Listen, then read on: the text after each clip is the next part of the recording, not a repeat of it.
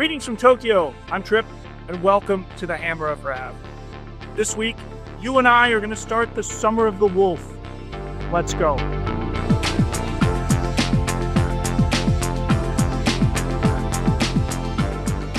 Thanks for joining me in the studio. This week, you and I are going to start the Summer of the Wolf, because I was able to get a copy of this in English in Japan, which was no easy task, and there are a ton of new Space Wolf releases coming. So every week this July, there'll be a new Space Wolves video on the channel. Fans of the channel might remember that I have painted Space Wolves in the past. I created 2 combat patrols that were Space Wolf themed during my year-long monthly Combat Patrol Challenge, and if I'm being perfectly honest, painting those crazy space Vikings was the most fun I've had painting Space Marines in years. Now, as I mentioned briefly, it was a bit tricky to find an English copy of the new Army set here in Japan.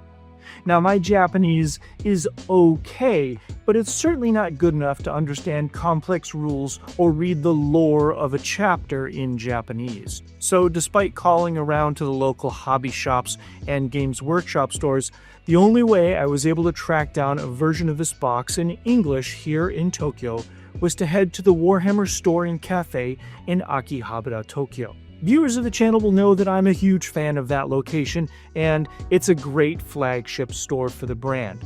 Inside there are themed gaming tables, hobby space, and a cafe in the back where you can order themed drinks. Now, on my last visit to pick up this box, there was a brand new themed table there. They had taken an old Realm of Battle board and created a massive orc encampment. Not only have they taken some of the orc-themed terrain from the recent Kill Team boxes, but a lot of other industrial terrain, and done this really great job of kit-bashing things together in the orkiest way possible. I'm looking forward to trying out these wolves on that table. So let's kick off the Summer of the Wolf by tackling our first unit from the Army box. This week, we're going to assemble and paint the Blood Claws, the newest recruits to the Space Wolves, and a brand new kit for the Army. So let me show you how I started the Summer of the Wolf. The sprues for the Blood Claws include 5 different poses, even though it's a 10-man squad, so you get 2 of them. Here I'm removing the bits from the sprue using some single-sided nippers, trying to stay as close to the parts as possible, but there's always a burr that needs to be cleaned up. Here I'm using Tamiya Thin with its brush applicator to assemble the miniatures. It's possibly the best glue in the hobby. It's easy to control and it sets really quickly for a plastic cement. Now, with the bodies assembled, the trick is to choose different arm sets so that the duplicate poses look as different as possible. I'm going to hot glue these onto some temporary bases in order to paint them. The community realized right away that the pack leader bears a striking resemblance to Lucas the Trickster, who has been sent to the Legends, so I thought I'd push that a little farther and give him an appropriate cape and backpack. I always keep my heads separate for ease of painting, and here I've simply hot glued them to an extra bit of sprue and put my pauldrons on a piece of double-sided tape.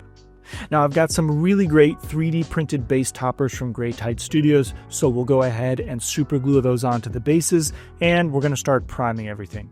Here, as always, I'm using Vallejo polyurethane black primer through an airbrush.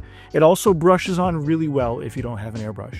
Now next we're going to do a top-down zenithal or overhead spray of just white. This is going to help us understand the shapes of the model and will make the colors a lot more punchy or pure than they would over a black prime.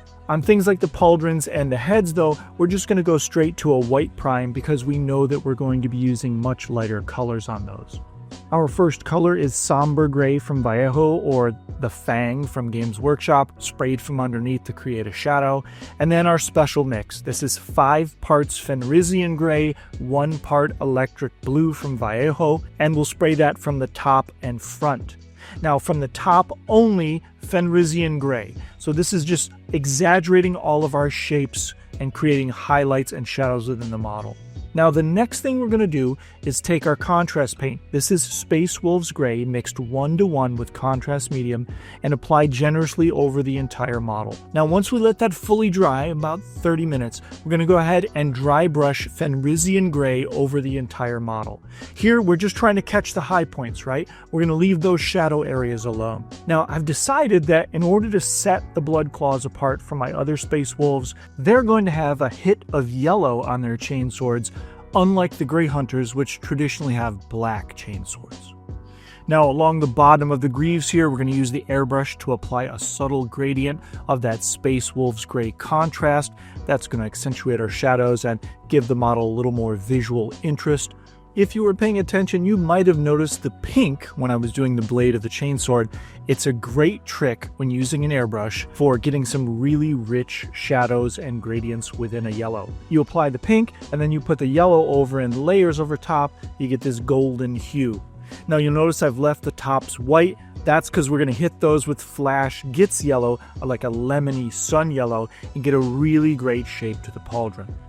Now we'll apply our decals here. I have a separate tutorial for that on the channel. It's easier than you may think. When the left pauldrons are done, we'll use plastic cement to attach them to the model.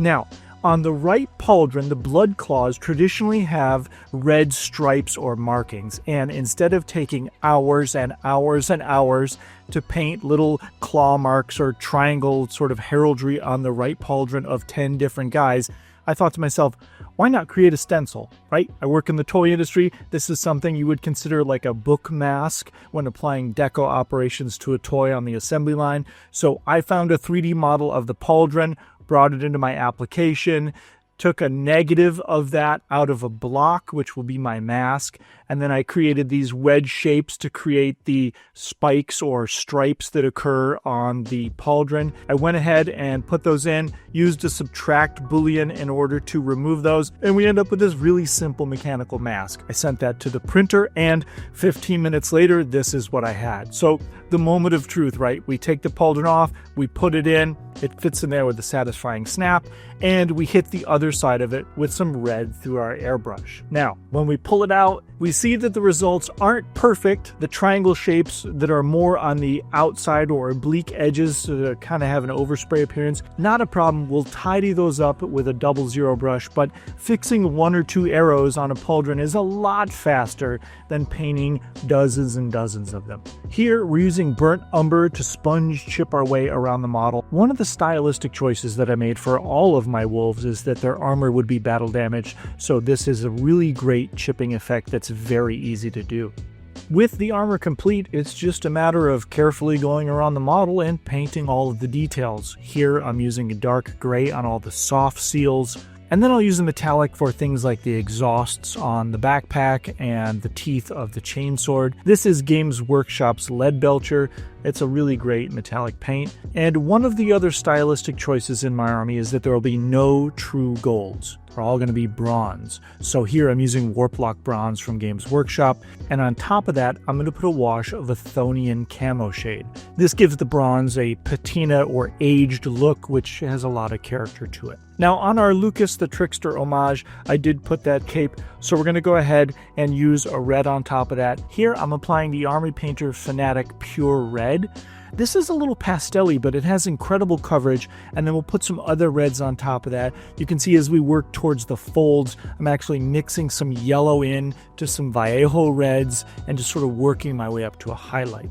We'll use Beastie Brown on all the leather pouches and holsters, and then once that's dry, we'll apply some Agrax Earthshade on top, and then some Nuln Oil on all of our metallics. Here, the base of the chain swords and the teeth, in order to bring out the details. Of course, we'll apply that to all of our bolt pistols as well in order to bring out the shadows, and on the power packs, we'll fill in the vents in order to give them some more detail and depth.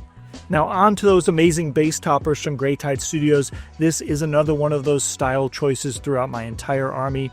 All of my wolves are on these dark gray sort of Celtic bases, and we'll apply some airbrush values here. We're going to keep it a little lighter in the center to create some visual interest. Once that's all set, some Nuln Oil across all of it, and when that dries, a dry brush of pure white to bring out all of the details and highlights. Now, of course, we had these on temporary bases, so because they were hot glued, we'll just go ahead and give them a twist, and they'll pop right off. We'll peel the hot glue off. And because these sculpted bases have a lot of relief and sort of indentations in them, we're going to use super glue gel type in order to fill in those gaps and secure the plastic model to the resin base. Moving on to the heads. Of course, I've kept these separately for ease of painting. It's one of the few sub-assemblies that I always do no matter what army I'm painting. Here for our Caucasian skin tones, we're using Cadian flesh tone through the airbrush for our base color, and then Vallejo light skin tone from the top down only. For our darker skin tones, I'm going to use a burnt umber as the base, and then from the top down, I'm going to apply a combination of red and burnt umber in order to create a warm tone. And then finally, in order to finish off, Mournfang brown and khaki mixed together. All of these look a little too bright and washed out, but once we apply our wash of Reikland flesh shade to all of the heads, it's going to knock all those values back, bring out our recesses and details. It's a really easy way to finish up the faces very quickly if you're not trying to win any competitions. Now for the hair, I'm going to do a mix of a couple different colors in here. Here I'm laying down some different oranges and pale sands, and when we put our washes over top of those, in this case we're putting Reikland flesh shade over the orange and Agrax earth shade over the khakis and blonde colors, we get these really great hair effects with very little work. Again, this is sort of like a tabletop standard. You're not going to win any competitions with this, but it gets models on the table and they look good. Now, because these are hot glued to the sprue, a simple twist pops them off, and we use a drop of Revell Contact Pro to connect them to the model. And to finish the models, a final stylistic choice that carries throughout the entire army, Valhallan Blizzard on all of our bases for that icy snow effect.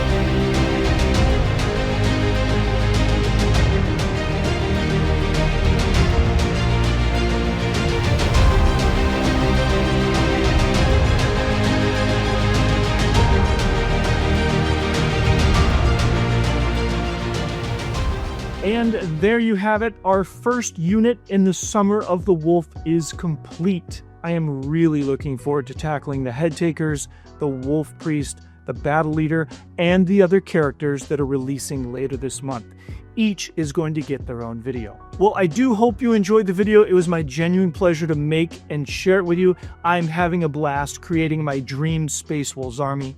If you'd like to support the channel, please like, comment, and subscribe. Share the video. Help drive us to the front page of YouTube and grow our audience.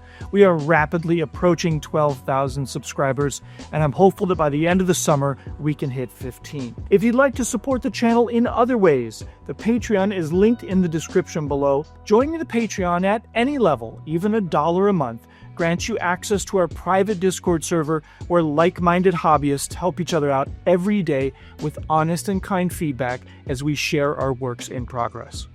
Thanks again for joining me, and I'll see you in the next one.